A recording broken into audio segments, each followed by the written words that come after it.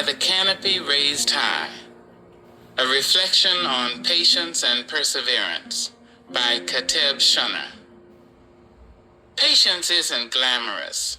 It doesn't strut into the room with trumpets or fireworks. It slips in quietly, almost unnoticed, like the dawn cracking open the dark. But once it's there, once it settles in your bones, patience transforms everything. It's not just a virtue, it's a bridge between our aching humanity and the eternal mercy of the Creator. I used to think patience meant doing nothing, just sitting around waiting for my circumstances to change. But life taught me different. Patience is an active surrender. It's not about being lazy or passive. It's about choosing trust over panic. It's about planting your feet in the soil of faith and saying, no matter how strong the wind, I won't let go of the rope that ties me to the divine. The unavoidable test. There's no escaping the trials of life. Fear knocks. Hunger creeps in. Wealth shrinks. Health fades. Even the sweetest fruit sometimes spoil in your hands. That's not a curse. It's the curriculum of being human. These tests aren't meant to break us, but to carve out the faith hiding inside us. Think about it. A diamond doesn't sparkle without pressure, and steel isn't forged without fire. The Creator, in His infinite wisdom, allows us to taste struggle, not to abandon us, but to polish us. Patience becomes the cloth we wrap around our wounds while we wait for healing. Perseverance becomes the steady step forward even when the path is muddy. Folklore. 1. The Weaver and the Tree. I once told you the story of the young weaver who grew frustrated when his threads kept snapping. He was ready to quit until he sat under a tree that showed him its rings.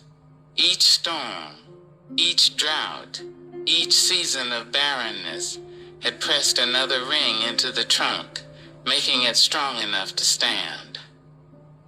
That tale reminds me of how life actually works.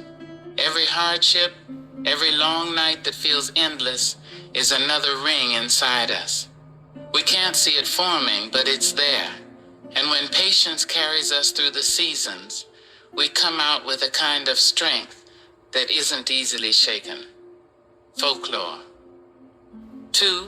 The clay jar and the river. But let me give you another story, one I shaped out of my own meditations. There was once a village where water was scarce. The villagers survived by fetching water from a river far away. One man, impatient with the long walk, decided to mold a clay jar big enough to hold water for many days. He worked hard under the sun, shaping and firing the clay until the jar looked perfect. But in his haste, he didn't wait long enough for the clay to cure. The moment he filled it at the river, the jar cracked.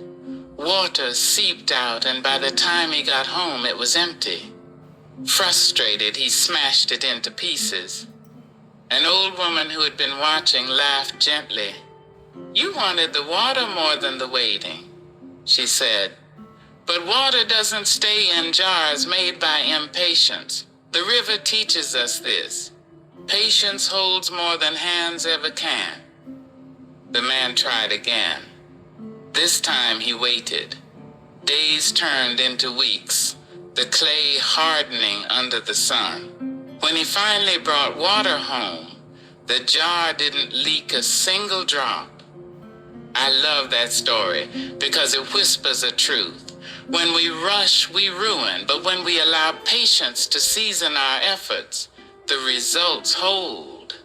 Patience and prayer, twin pillars. I've noticed patience isn't meant to stand alone. On its own, it can feel like a dry silence.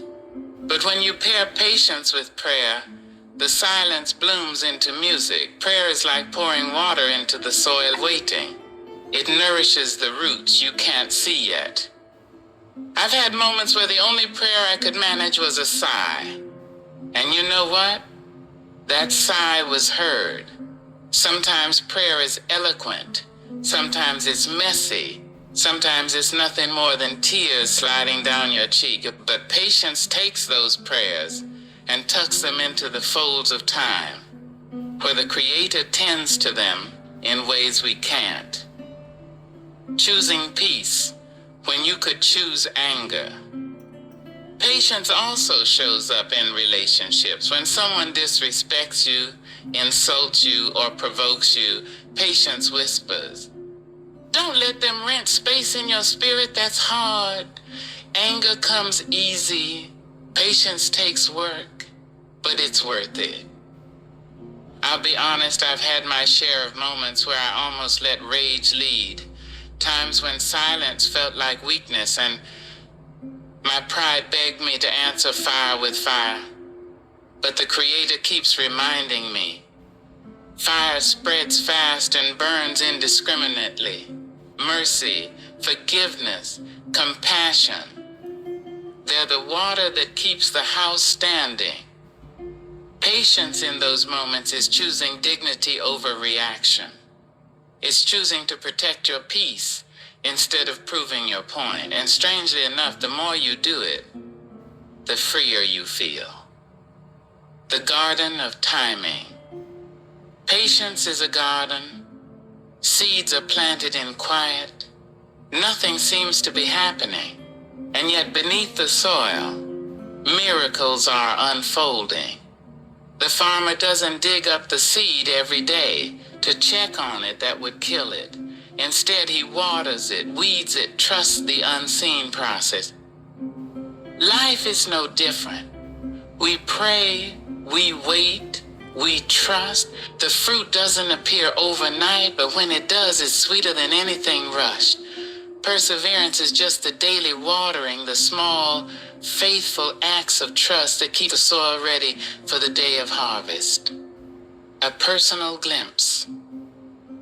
I'll never forget sitting by the water with my grandfather when I was young. We were fishing, and I was fidgeting, frustrated that nothing was biting.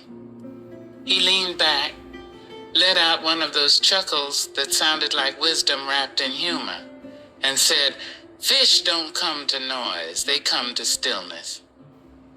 That day taught me more than how to fish. It taught me that sometimes the blessings we chase only arrive when our spirit quiets down. When we stop splashing in panic and learn to sit still, what we're waiting for drifts right into our hands. The canopy raised high. Here's the beauty of it all. Patience doesn't leave you empty-handed. When the canopy of your life is raised high, when the fruit finally ripens, when the prayer is answered in ways better than you imagined, you'll look back and see that every long night, every quiet tear, every stubborn step was part of a design. Perseverance is the muscle that patience builds. And together, they carry us through the deserts, across the rivers, and into the shade of the canopy. So if you're in the middle of a test right now, let me tell you what I keep telling myself. You're not abandoned. The Creator's promise is as sure as the sunrise. Keep walking, keep praying, keep trusting, because one day you'll look at the rings inside your tree, at the jar that no longer leaks, and you'll realize you were never waiting alone. By the canopy raised high, patience and perseverance become not just virtues, but lifelines, pulling us closer to the one who writes the story with perfect timing.